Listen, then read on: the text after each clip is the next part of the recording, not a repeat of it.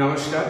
আজকে আমরা গণিতের একটি ইম্পর্টেন্ট অধ্যায় ডিফারেন্সিয়েশন, যাকে আমরা বাংলায় অবকলন বলি, সেটা স্টার্ট করব। অবকলন হচ্ছে এমন একটি পদ্ধতি যার মাধ্যমে আমরা কোনো রাশির পরিবর্তনের হার যে আছে সেটা নির্ণয় করতে পারি। এটা শুধু গণিতেই নয়, যেমন পদার্থবিদ্যা, ইঞ্জিনিয়ারিং এবং অর্থনীতিতেও অনেক ব্যবহার হয়েছে বা ব্যবহার আছে। ঠিক আছে, তো বাস্তব জীবন থেকে অবকলনের ধারণা আমরা কিভাবে বুঝতে পারি? দেখো, এইখানে একটা এ বিন্দু আছে। এখান থেকে কোনো এক ব্যক্তি গাড়িতে করে বা প্যাডেল করে যাচ্ছে বি বিন্দুতে। যে এ থেকে যে বি বিন্দুতে গেল, এই মধ্যবর্তী যে স্পেসটা আছে সেটাকে আমরা বলবো দূরত্ব বা ডিসটেন্স। ঠিক আছে, আর এই ব্যক্তিটি এ থেকে বি বিন্দুতে যে দ্রুতিতে আসছে সেটাকে আমরা বলবো বেগ। ঠিক আছে, বেগ তাহলে কি? বেগ হলো সময়ের সাপেক্ষে যে দূরত্বের পরিবর্তনটা হচ্ছে সেটা হলো বেগ আমাদের। তো এখান থেকে এ থেকে বি বিন্দুতে আসতে মানলো টি সময় লাগছে, তো টি এখানে হবে। আর যে দূরত্বটা অতিক্রমণ করছে, এটা দূরত্বকে ডিসটেন্সকে আমরা এস মানলাম, তো এস s/2। তো এটা হলো আমাদের বেগ। আর এখানে যদি ডিসটেন্সটা খুব ক্ষুদ্র হয়, মানলো ds, আর dt টাইমে এই টিটা যদি dt হয় খুব ক্ষুদ্র সময়ের মধ্যে, তাহলে আমাদের বেগ হবে কি? ds/dt। তো এই রকম আমরা অপারেটর, এই যে অপারেটরটা আছে এটাকে আমরা অ্যাকচুয়ালি কি বলবো? ডেরিভেটিভ বলি। ঠিক আছে, তো এটা আমরা এখন কিভাবে ম্যাথমেটিক্যালি বুঝবো দেখো।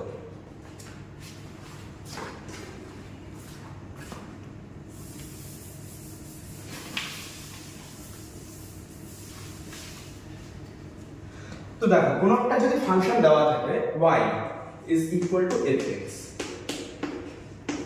তো অ্যাকচুয়ালি ডিফারেন্সিয়েশন বা অবকলন হচ্ছে x এর ক্ষুদ্র পরিবর্তনের জন্য y এর যে পরিবর্তনটা হবে। তো এখানে x যদি পরিবর্তন হয়, যদি গ্রাফ একটা ড্র করব আমরা। ঠিক আছে,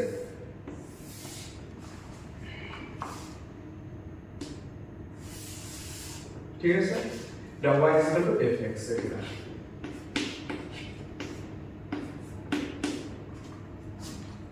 তো এখানে মানলো, এখানে ধরো এটা x অ্যাক্সিস, এটা y Axis, x1 point, x2 point. ঠিক আছে, এইখানে দেখো x প্রথমে কোথায় ছিল? a বিন্দুতে। এটাকে আমরা ধরলাম a বিন্দু, এটা b বিন্দু। ঠিক আছে, তো x প্রথমে ছিল এইখানে, এই পজিশনে, তারপর আসলো এইখানে। ঠিক আছে, তো এইখানে x এর চেঞ্জটা কত হলো? চেঞ্জটা হলো x2 - x1। তো এই চেঞ্জের মাধ্যমে এই ফাংশনটা যে আছে, তো প্রথমে চেঞ্জ কত হলো? x, প্রথমে হলো x1, তারপর x2 হলো। এই সময় y এর যে চেঞ্জটা আছে, তো কি হয়ে যাবে? y1 ধরলাম x1 হয়ে যাবে, আর y2 = fx2 হয়ে যাবে। ঠিক আছে, তো এখানে চেঞ্জ y এর কি হবে?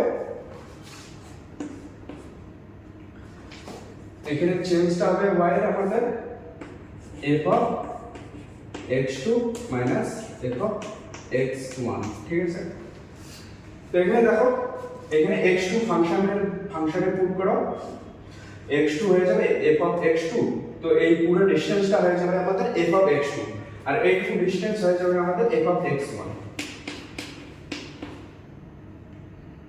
আর এই পুরো ডিসটেন্সটা হয়ে যাবে আমাদের f(x2),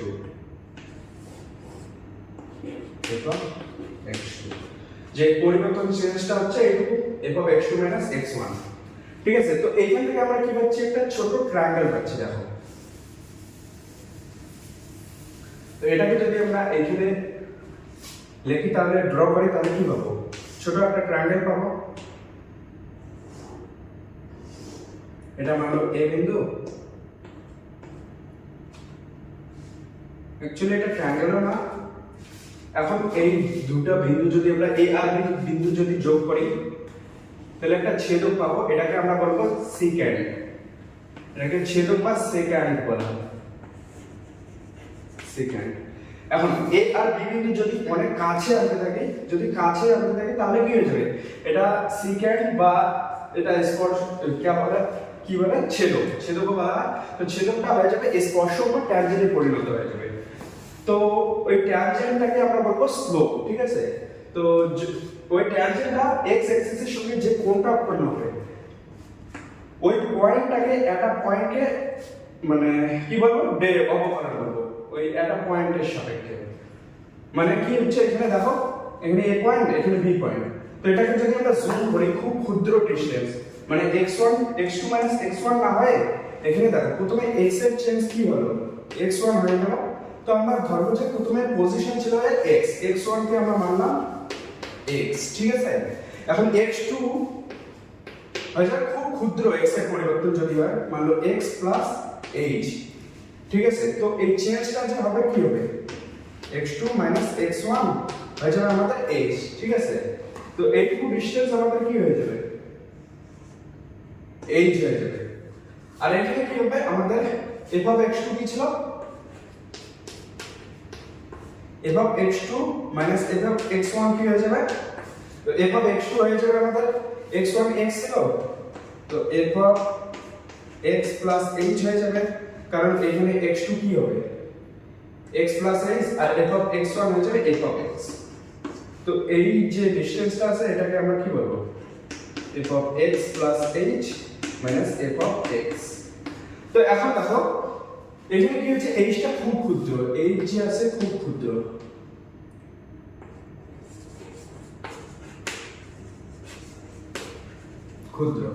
তাহলে চেঞ্জটা a b অনেক ক্লোজ, a b যে আছে মানে a b কে ট্রেন্ড করছে, অনেক ক্লোজ। তাহলে এই যে বক্ররেখাটা আছে এরকম আমরা দেখতে পাচ্ছি, তো সেটা অ্যাকচুয়ালি স্পর্শক এইভাবে পরিণত হয়ে যাবে, স্পর্শকে পরিণত হয়ে যাবে।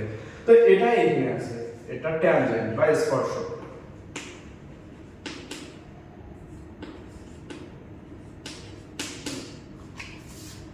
তো এইখান থেকে আমরা কি দেখতে পাচ্ছি, ট্যানজেন্ট পেলাম।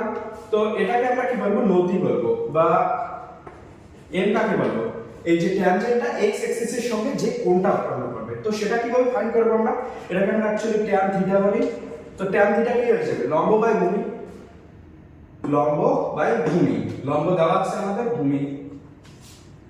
তো ট্যান থিটা কি হয়ে যাবে, f of x plus h minus fx by h। এখন দেখো h টা অনেক ক্ষুদ্র, মানে এই রকমও দেখতে পারো তোমরা, h টেন্ড টু 0, ঠিক আছে।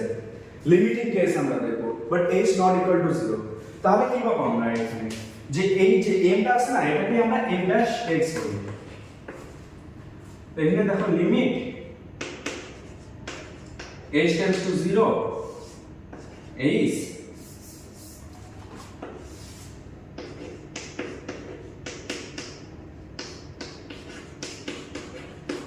তো এটাই হলো আমাদের ডেরিভেটিভ বা অবকলন।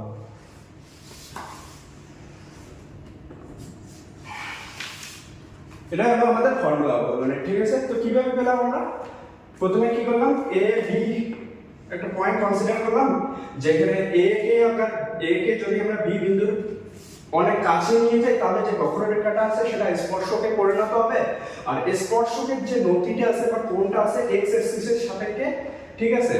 তো সেটাকে আমরা কি বলবো, স্লোপ বলবো বা অবকলন বলবো, ঠিক আছে। তো একটা পয়েন্ট, তো সেটাকে আমরা এইভাবে ফাইন্ড করলাম। এটা হলো আমাদের কি ডিফারেন্সিয়েশন বা অবকলনের রূপ, এরকম হবে, ঠিক আছে। তো একটা কোশ্চেন দেখি এখন। তো আমরা ফর্মুলা কি বললাম, f dash x